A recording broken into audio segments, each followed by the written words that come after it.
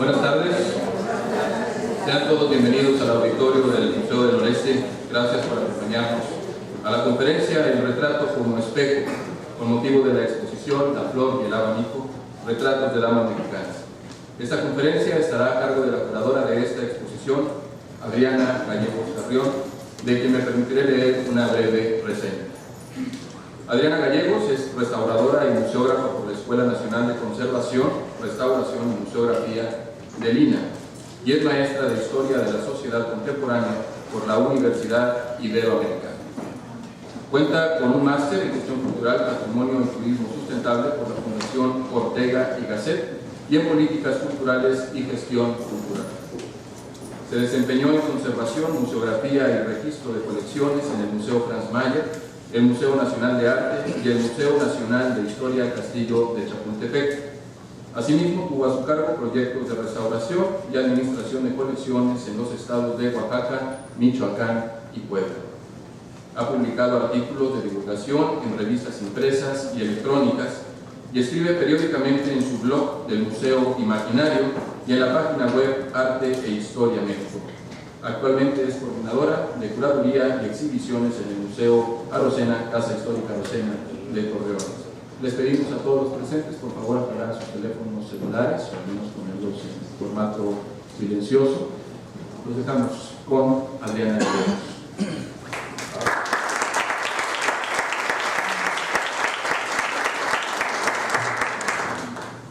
¿Qué tal? Muy buenas tardes. Me da mucho gusto tener un auditorio tan lleno, tan nutrido y sobre todo con tanta gente interesada en la cuestión de la historia. Espero que durante los próximos minutos también podamos compartir un poco la pasión que me ha llevado a realizar la curaduría de esta muestra, La flor y el abanico, un proyecto que inició en el Museo Arocena hace algunos años y que además como parte de mi trabajo de investigación, bueno, también tiene varios años ya.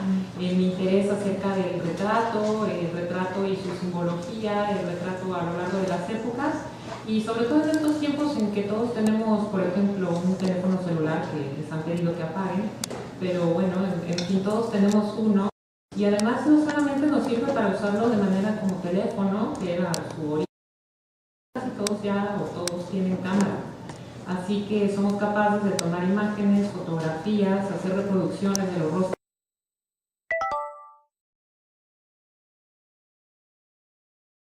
que todo el mundo puede ver, y esta difusión del rostro humano a través de los retratos fotográficos contemporáneos nos hace a veces olvidar cómo era un mundo donde no se conocía a la gente, porque no existían los espejos, porque no existía la fotografía, porque no todo el mundo tenía acceso a que un pintor le hiciera un retrato. Hoy en día, bueno, pues todos podemos acceder a ver nuestra propia imagen. Antes, estoy hablando casi desde la Edad Media, si quieren nos remontamos más atrás, las personas, el rostro que menos conocían era el propio. No existían los espejos, así que era imposible verse a uno mismo. Hay muchas historias acerca de la extrañeza que causó en algunas personas el ver su imagen por primera vez reflejada en cualquier superficie. En el agua, en algún lugar que estuviera muy pulido. Los espejos eran, además, no eran perfectos. Eran espejos que eran un poco opacos, se hacían de metales pulidos. La tecnología del espejo fue avanzando con los años.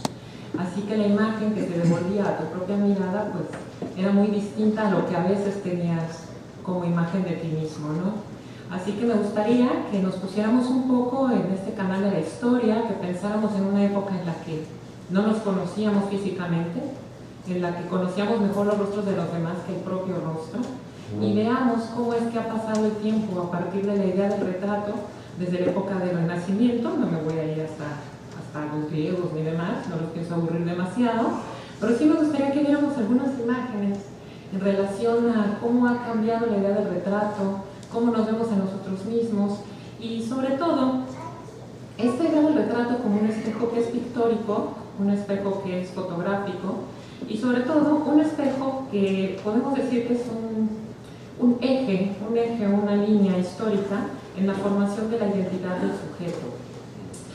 Los seres humanos nacen sí como seres humanos, como personas, pero se van formando a lo largo de sus vidas y a lo largo de la historia hasta convertirse en individuos, en personas con identidad. en personas que van construyendo quiénes son. Y el espejo, incluso algunos psicólogos lo dicen, como Lacan, hay un estadio del espejo que se dice que los niños se reconocen de su propia imagen y a partir de eso desarrollan su propia psicología y se diferencian de su propia madre. Así que la formación de la identidad a partir del reflejo no solamente viene como reconocimiento de sí mismo, sino también como un reconocimiento como parte de un mundo social, también de una comunidad. Y de esta manera, el retrato, sobre todo, es una representación que sí es del sujeto, pero que también es una representación de su sociedad, del mundo que lo rodea, porque finalmente pues, somos parte de una comunidad. Los retratos necesariamente tienen que compartir tres cualidades que son indispensables. Deben tener una semejanza con la persona retratada. Estoy hablando de los retratos antes del siglo XX. No voy a llegar mucho a los retratos pictóricos del siglo XX porque hay un cambio de paradigma completamente hacia 1900, pero uno de los principales retratos que tienen que ver con una semejanza con la persona que está retratada. Otra de las características que tiene un retrato necesariamente es que debe haber una técnica pictórica, una técnica fotográfica que sea capaz de lograr esa semejanza. Igualmente, un retrato, como los que vamos a ver posteriormente en la exposición, responde a ciertas regularidades compositivas y sobre todo a ciertas regularidades de distribución espacial. Podemos decir a muchos niveles, por lo tanto, que también el espejo comparte, junto con la pintura y la fotografía, un énfasis muy importante en el valor de la imagen. En el retrato lo que ocurre es que el sujeto, la persona física, es sustituida o desplazada en el ser de la imagen. Se vuelve finalmente un reflejo. No es el mismo necesariamente, es un reflejo de sí mismo. Y de esta manera el espejo, junto con la pintura y la fotografía, están entrelazados con esta noción de observarnos a nosotros mismos. Así que me parece que a muchos niveles las artes visuales no pueden ser consideradas aisladas del estudio del retrato como espejo. Que justamente el retrato como espejo es el título de la charla que impartiré a continuación. Todos hemos escuchado a lo mejor este tipo de frases que vienen de los cuentos, ¿no? Espejito, espejito, mirror, mirror on the wall. Verse a sí mismo, identificarse en el reflejo, requiere una operación mental a través de la cual nos desprendemos de nuestra propia persona y nos reconocemos en una imagen que no somos nosotros mismos. Los espejos, de la misma manera que reflejan, distorsionan y sin embargo están mostrando la realidad. Hay una ambigüedad en la idea del espejo. En el caso de los cuentos, de las historias de hadas, incluso tienen su propia personalidad. Les hacemos preguntas y nos contestan. Son jueces, son parte, son identidad, pero al mismo tiempo son el otro. Y eso es inquietante, finalmente. Justamente desde la época de los griegos hay una máxima que Sócrates, el filósofo, nos decía, que era el conócete a ti mismo. Por mucho tiempo en la filosofía se representó en la emblemática a partir de una persona sujetando un espejo. Verse a sí mismo reflejado en otra superficie era también una manera de conocerse a sí mismo, o también de desconocerse, porque como digo, los espejos son ambiguos, no dicen la verdad, pero tal vez no la verdad completa. Esta pintura, bueno, es Narciso, es una pintura de Caravaggio, hacia 1600, y me gustaría comentar con este pretexto de Narciso un poco la historia del espejo como el retrato, como acompañante de la humanidad en la búsqueda de esta identidad que les comentaba al principio. Para alcanzar a entender esta naturaleza casi mágica del espejo, la que nos cuentan los libros de hadas y leyendas y metáforas y sobre todo los mitos, hay que referirse principalmente a este famoso mito de Narciso. Posiblemente Narciso, aquí reflejado, fue el primero en tener problemas al encontrarse con un reflejo de su propia imagen. También, Narciso no fue el único que enfrentó problemas en la antigüedad de la mitología. El espejo también fue la perdición de la Medusa. La Medusa, esta mujer con la cabeza llena de serpientes, que al reflejarse en un espejo, cuando Perseo justamente se enfrenta a ella, se vuelve una estatua de piedra. Así como con Narciso, el espejo fue la perdición de la Medusa.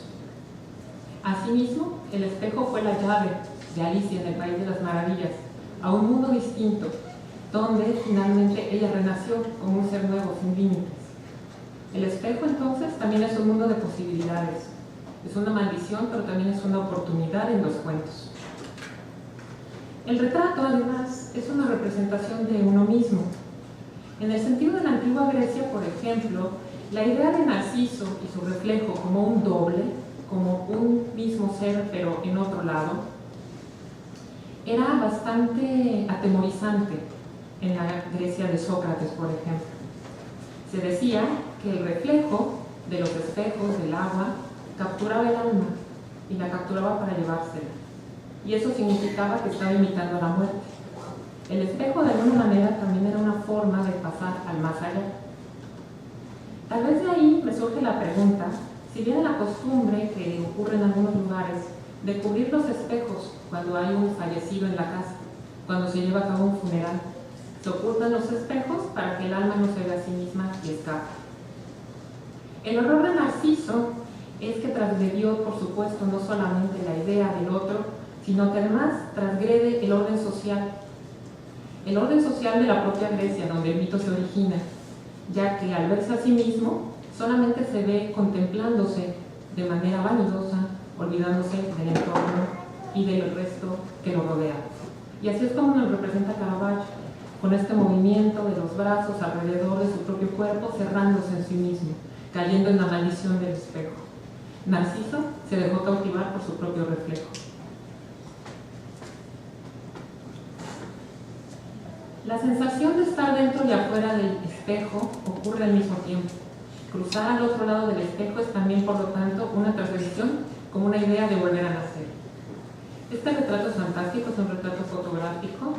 Es una imagen de una niña que en algún momento Lewis Carroll le hizo un cuento, Alicia en el País de las Maravillas, claro, y la segunda parte, Alicia a través del espejo.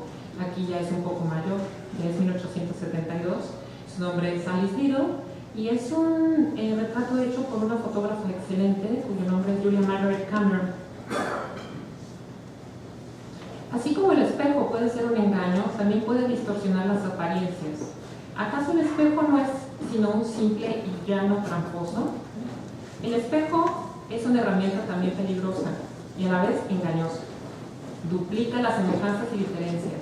Es inquietante porque en el espejo el lado derecho se vuelve el lado izquierdo, el lado izquierdo se vuelve el lado derecho. ¿Eso quiere decir que también los valores del otro lado del espejo se invierten? Hasta el siglo XVIII, fíjense, todavía se creía que las deformidades del espejo podían causar delirios y sobre todo podían causar locura, que descomponían a la persona y la podían llevar a éxtasis indeseados por la religión. El espejo, en todos los momentos, nos ofrece también la imagen de nosotros mismos, una nueva geografía del cuerpo. Como les decía al principio, estamos tan acostumbrados hoy en día a ver nuestra propia imagen que no podemos comprender cómo es que todavía en el siglo XIX causaba sorpresa, incluso causaba miedo verse en una fotografía. ¿Cómo podía vivirse en esa época sin verse a uno mismo, sin conocer tu cara o tu cuerpo? Los espejos eran muy pequeños también. La idea de los espejos de cuerpo entero es algo muy reciente. ¿Se imaginan el desconcierto de estas personas al verse en un espejo completo? Yo solamente lo puedo comparar con lo que nos ocurre a veces cuando nos graban y escuchamos nuestra propia voz y decimos, ¿somos nosotros? ¿Así hablo? Tal vez esa sea una semejanza a lo que la gente pudo haber sentido en esas épocas del pasado. Los italianos del Renacimiento, remontándonos mucho tiempo atrás, utilizaron la expresión ritratare, entendiendo por tal retratar, al contrario de la representatio, que tenía más que ver con la representación. En la historia del arte, justamente, la práctica del retrato gozó de una condición ambigua, se consideraba un género menor. ¿Por qué representar a la gente si finalmente la estamos viendo? ¿Qué necesidad existe de hacer un retrato de una persona que conocemos? Sin embargo, esta noción va a ir cambiando y el retrato empieza a ganar un espacio por sí mismo frente a otros géneros pictóricos como el género histórico o el género religioso. Esta incertidumbre también nos acompaña hasta el día de hoy. A veces en la historia nos toca que la revisión del pasado se hace solamente a través de los documentos escritos y no se toma en cuenta las imágenes, los objetos y la historia material para conocer el pasado. La exposición de Flor y el abanico justamente está tomando estos objetos del pasado, estos retratos, para conocer un poco de lo que ocurría en otras épocas.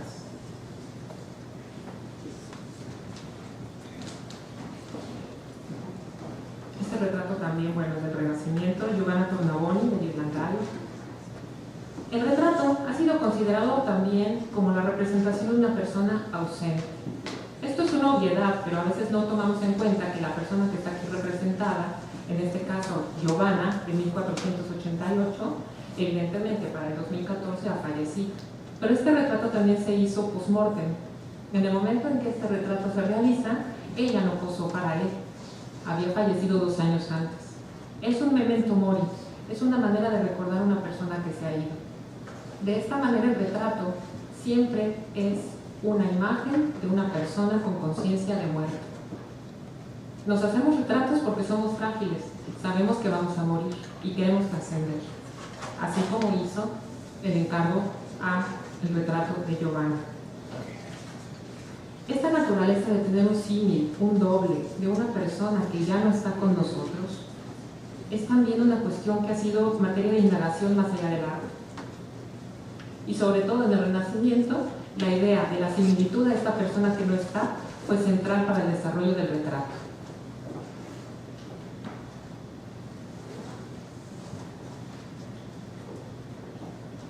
Sin embargo, siempre hay una sospecha hacia el retrato.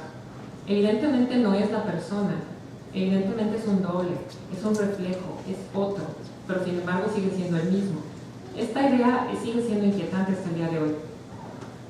¿Qué es el rostro pintado por Rembrandt de su madre frente al rostro real de mi propia madre?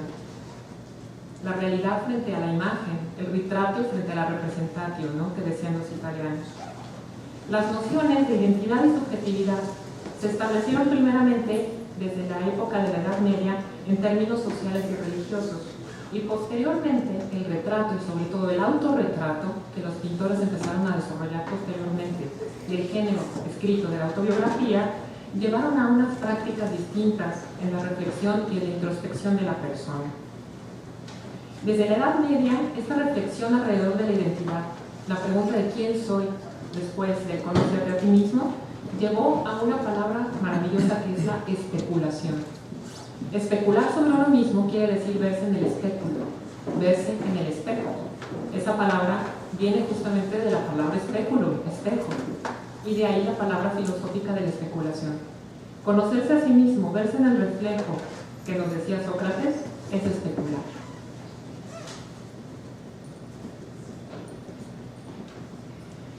Este retrato es realizado por Holbein, tiene una historia bien interesante, voy a hacerla muy breve. Es Ana de Cleves, futura reina de Inglaterra, y le encarga Enrique VIII a Holbein, al pintor. En ese momento no estaba disponible su pintor de cámara, se le encarga a otro, lo hace viajar para que conozca a la candidata a reina, a la pretensa, para que haga un retrato y conocerla y saber qué tan bella era, o al menos si era de su agrado. Holbein regresa con el retrato, Enrique VIII decide casarse con él. Aquí lo interesante es que el retrato es frontal, está hecho como un retrato de identificación. La noción de verdad en el retrato es importantísima. El contrato que se da entre el pintor y el retratado es un contrato de verosimilitud, de mímesis, y en este caso nunca mejor expresado. El retrato también da nombre a través de la pintura y sobre todo otorga presencia. Para lograr este objetivo, la mímesis, es decir, la semejanza absoluta, es una cualidad indispensable en esta época. Un poco antes, luego, se hace este autorretrato, es de 1500. Los autorretratos de los pintores en la época del Renacimiento también surgen como una manera de indagar sobre el conócete a ti mismo, quién soy. Y surgen también como una afirmación del artista, antes anónimo, antes instrumento, antes artesano, para tener presencia en un mundo rodeado de humanismo, donde Dios se hizo a su imagen y semejanza. Y la idea del humanismo en el Renacimiento, donde las personas, los individuos, están hechos a semejanza e imagen de Dios, se toma como un reflejo, nuevamente la analogía del espejo, de lo divino. De ahí que Durero tenga el atrevimiento de mostrarse de esta manera frontal, con una actitud cristológica, así podemos decir, en el Renacimiento, y afirmándose como un pintor, pero como un pintor que no es artesano, con un pintor con individualidad.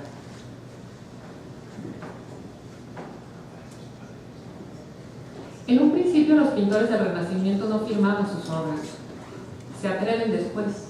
Este es el caso de Jean Vaneyck en 1434. Este es un detalle de su famosa pintura El matrimonio Arnolfini. A veces pasa desapercibido este pequeño detalle que está al fondo de la habitación. Es un espejo cóncavo, los más comunes de su época. En un principio los espejos no eran planos, no existía la tecnología para poder hacerlos de esa manera, y si se podían hacer eran muy pequeños. La tecnología era hacer espejos cóncavos. Se soplaba el vidrio, se hacía un cuenco, se cortaba y ese era el espejo a través del cual se podía la gente mirar. Los espejos de la época de Jean Vaneyck son justamente así. Aquí lo que podemos ver es la espalda del matrimonio Arnolfini, retratada. En la parte de atrás y al fondo se ve al pintor. El pintor no solamente tiene el atrevimiento de mostrarse en el espejo como reflejo, como presencia, firma el cuadro y al mismo tiempo se incluye en él. Arrogante, sí, pero es el Renacimiento. En este momento, al igual que Durero, Jean Vaneyck se está mostrando como un dueño de su quehacer, como un dueño de la pintura, y lo hace a través del espejo.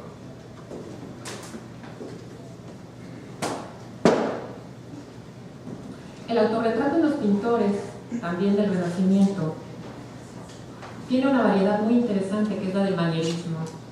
El espejo cóncavo da ilusiones, distorsiona y sobre todo ofrece nuevas maneras de representación.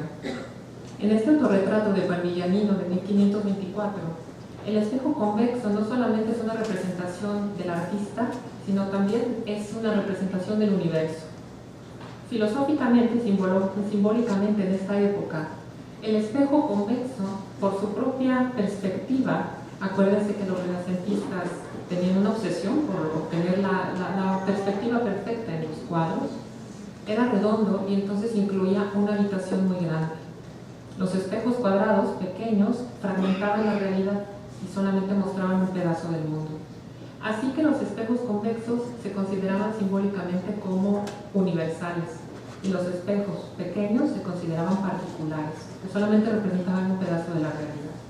De esta manera, el autor se presenta no solamente como el creador, sino casi como el creador de la pintura, pero también el creador del mundo.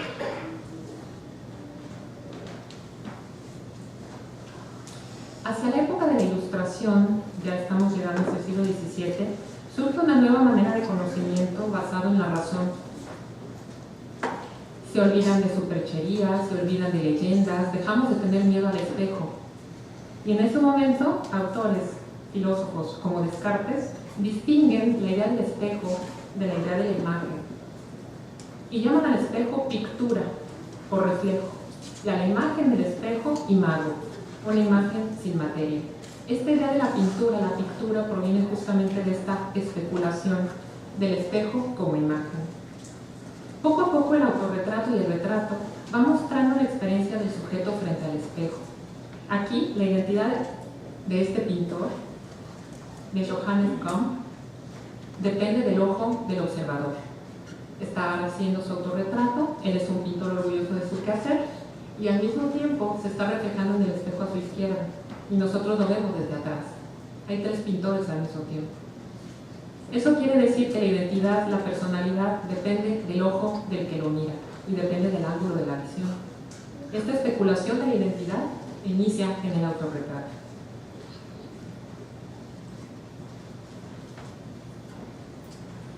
Hacia 1600 empieza a haber un auge también del retrato en la Nueva España, en México. Este en particular es de Baltasar Echave Orio, es tal vez uno de los retratos de damas más antiguos que se conocen. estaba en la Pinacoteca de San Diego, está en el Museo Nacional de Arte. Y bueno, en una sociedad predominantemente masculina, estamos hablando de finales del siglo XV, principios del XVI, la mayor parte de los retratos virreinales fueron, por supuesto, de hombres. La mujer empezó a tener una tímida presencia como donante en alguna imagen religiosa.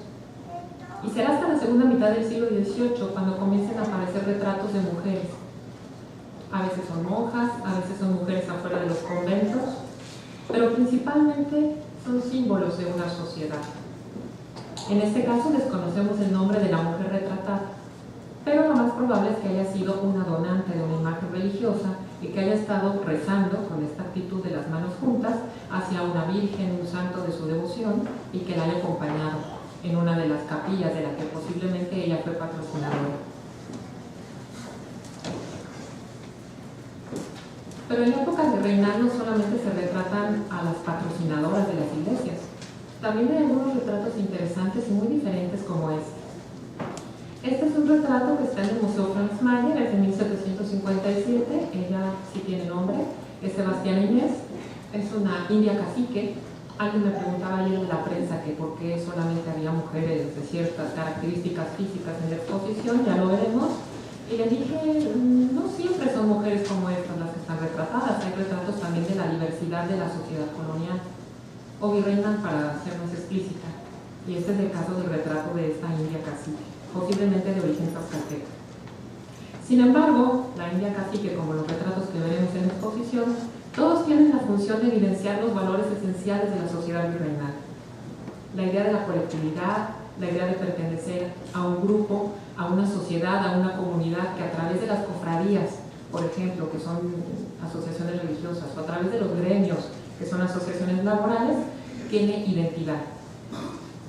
En todos los casos, ya lo verán también, las poses son rígidas, las actitudes no pretenden ser espontáneas, ya que la idea del retrato no es tanto lo individual, sino la pertenencia a este grupo social.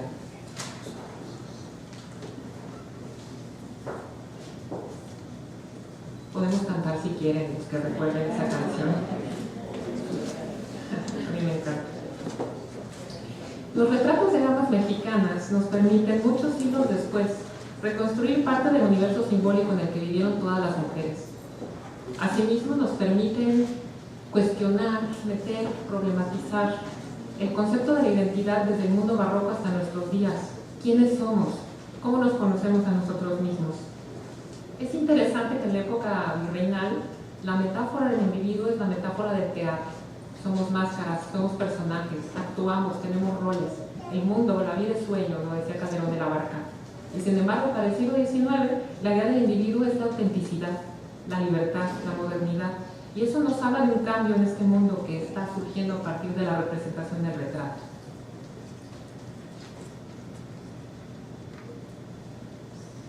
Esta señora, que tampoco conocemos su nombre, es una pintura de Felipe Santiago Gutiérrez, de la colección Arocena, que sí tenemos exhibida en la muestra de la flor y el abanico, ya la conocerán personalmente, pero aquí estamos haciendo una imagen de la imagen, es como algo virtual, un poco extraño, ¿no? Pero bueno, esta pintura es de 1860. Y me da pretexto para hablar justamente de esta manera en la que cambia la idea de la identidad en el mundo barroco como una máscara, como un personaje, como un teatro, a la idea de la identidad en el siglo XIX, donde ya somos individuos.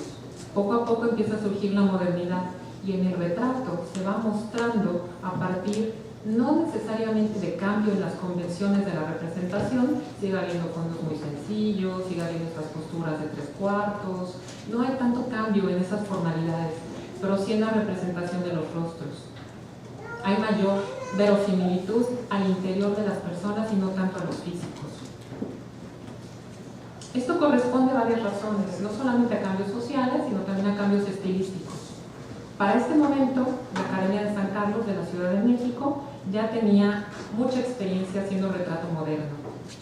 Para esta época, el autor, Felipe Santiago Gutiérrez, formaba parte hacia 1860 de un grupo muy importante de pintores que tenían una formación europea, que junto con su maestro, Pellegrín Clavé, habían viajado a la Academia de San Carlos en Roma y a la Academia de San Lucas en Roma, donde habían abrevado de las fuentes europeas para lograr transformar el retrato en nuestro país.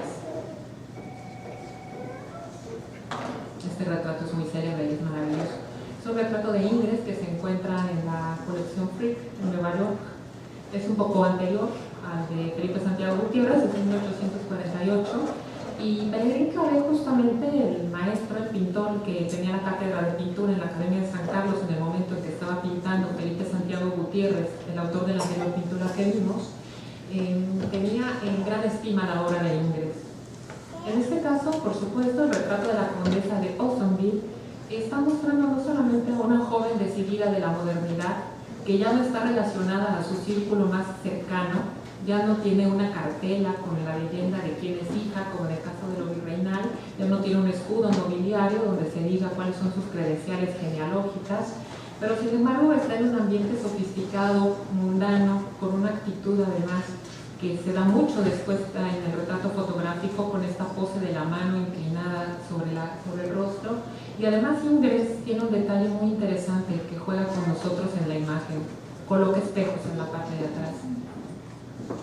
Vemos el reverso del peinado de la condesa y además la vemos de frente. Es un juego de complicidad donde estamos participando del interior de una habitación, ayuda a lograr una perspectiva más profunda, pero al mismo tiempo me parece que nos cuestiona quién es esta mujer. ¿Se está mostrando de manera real? ¿Está ocultando algo? ¿Hay algo al reverso de su mirada? Este recurso de Ingres lo repite en varias ocasiones, en varias pinturas. En este caso también es una pintura de la misma década, lo está haciendo, el mismo gesto, pensativo, está haciendo un juego de miradas con nosotros y además al fondo hay algo más, un espejo, lo que se muestra, lo que se oculta, el juego doble del espejo como cómplice, pero también como engaño.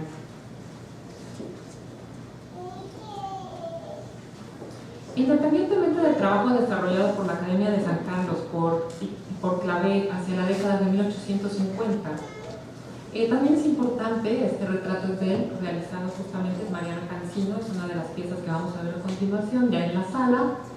Es importante también considerar que hay un movimiento alterno que se está dando en las escuelas regionales en México, en Guanajuato, en Puebla, en Jalisco, donde no se siguen estos valores de representación tan rígida.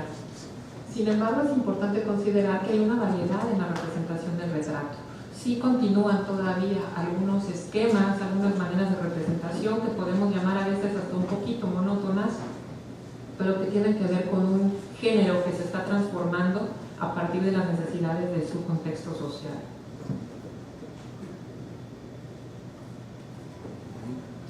Tras el triunfo del proyecto liberal en México, posteriormente ya hacia la década de 1870, de las últimas décadas del virreinato y hasta ese momento, tuvo lugar el surgimiento de un nuevo orden social.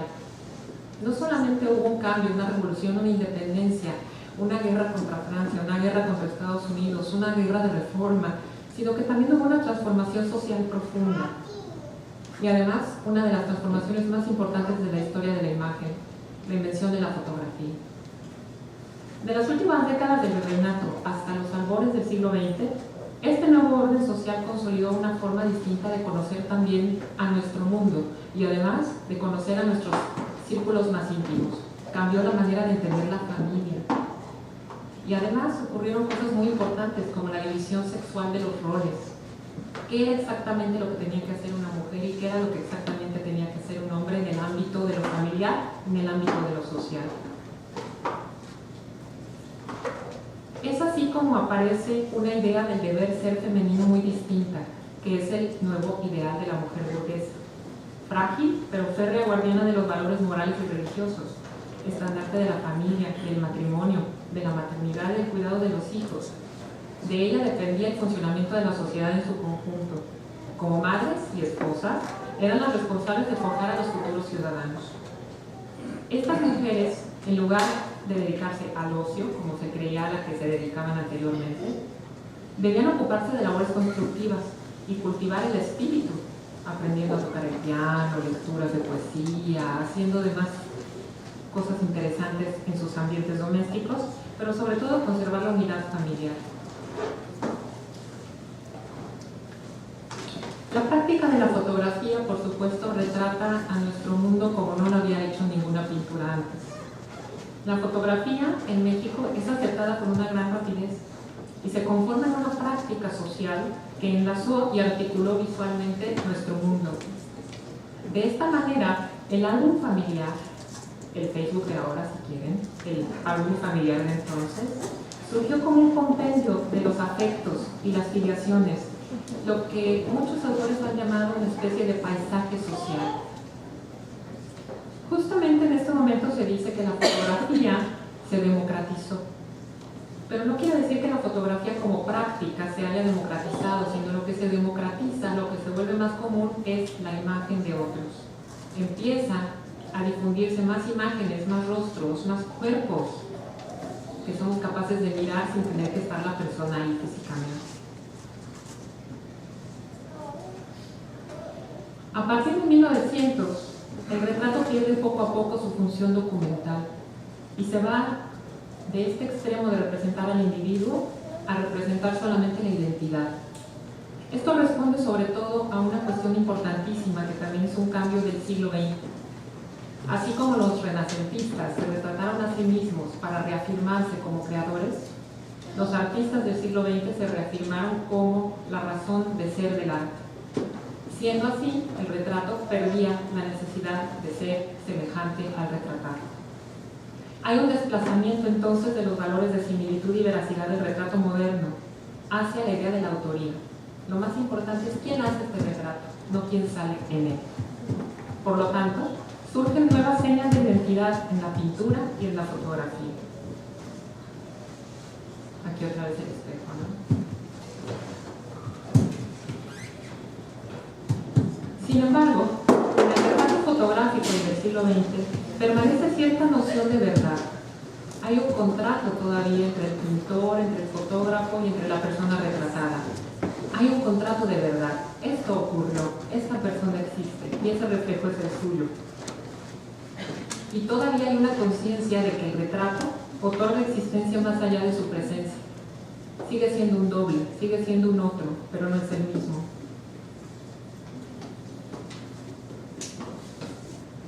Esta ambivalencia del espejo permanece en la ambivalencia del retrato, una ambigüedad que es semejanza y que es diferencia. Asimismo, el espejo fue sobre todo ambiguo y especialmente peligroso para las mujeres. Juez y moderador de la apariencia, instrumento de control de la gracia, del encanto y la belleza, en el siglo XIX se consideraba que era un peligro de la autocomplacencia y la vanidad.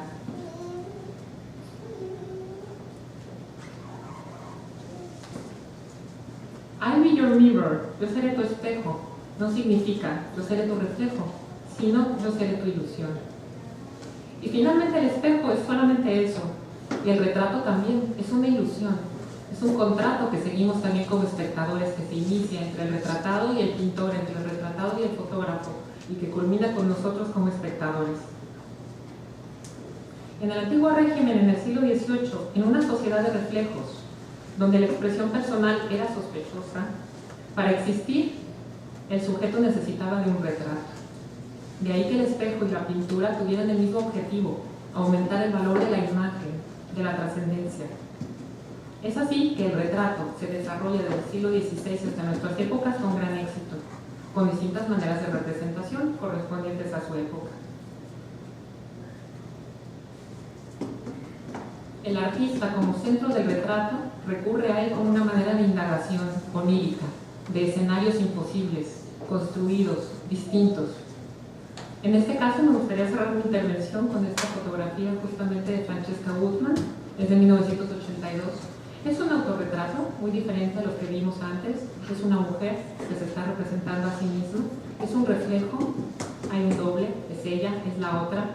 También hay un contrato entre ella, que es autorretrato, como a la autora, y ella como la representada, y también un contrato visual con nosotros que estamos viendo. Francesca Gutmann fue una fotógrafa fallida en el sentido de que terminó muy pronto su carrera. Ella se suicidó y muchos teóricos han querido ver en su manera de representarse a sí misma como un atisbo de la muerte y de la trascendencia. Bueno, de mi parte sería todo. Espero que hayan disfrutado mucho de la charla y bueno, pues les agradezco su presencia, por supuesto. No quiero cerrar este espacio sin dejar de mencionar a toda la gente que ha hecho posible que estemos aquí, sobre todo al personal y a todo el equipo de la gente del Museo de Historia Mexicana, que han sido tremendos profesionales con esta exposición, de los que estoy profundamente agradecida. Magolo, muchas gracias por el espacio. También quiero mencionar que nos acompaña nuestra directora, la maestra Rosario Ramos Salas, directora del Museo Arocena, de donde bueno, yo tengo un trabajo todos los días y a través del cual pudimos hacer también este proyecto expositivo. Y bueno, muchas gracias por la oportunidad de llegar un poco hasta el siglo XX con el retrato. Es un tema muy amplio y espero que tengan preguntas y nos dé tiempo de algo, no sé, Luis, o tenemos un poco de presa, nos da tiempo. Y si no, bueno, pues lo vemos posteriormente. Un par de preguntas. Un par de preguntas. Tú dices bueno, quieres. Perfecto. Si alguien tuviera alguna pregunta, una o dos, creo que